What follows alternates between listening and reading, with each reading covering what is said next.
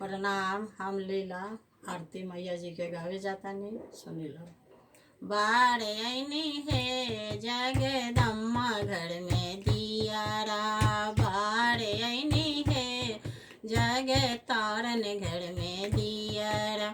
सोने सोराही गंगा जल पानी, सोने सोराही गंगा जल पानी।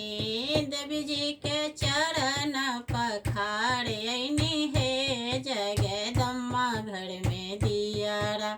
बाढ़ ऐनी है जग तारन घर में दियारा, बाढ़ ऐनी है जगदम्मा घर में दियारा। सोने के थाली में 56 भोग, सोने के थाली में 56 भोग।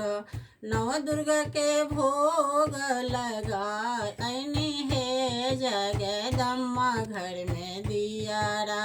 बाढ़ ऐनी है जग तारन घर में दियारा, बाढ़ ऐनी है देवी जी के भोग लगा ऐनी है जगदम्मा घर में दियारा।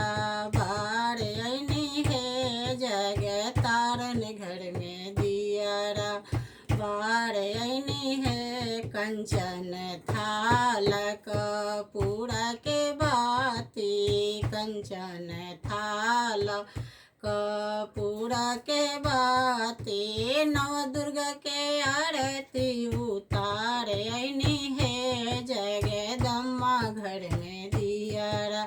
बाढ़ ऐनी है जग तारन घर में दियारा, बाढ़ ऐनी है। अच्छा लगे तो लाइक करम लगन, ज़्यादा से ज़्यादा शेयर करम लगन, यही हमार हौसला बढ़ावत रही लगन।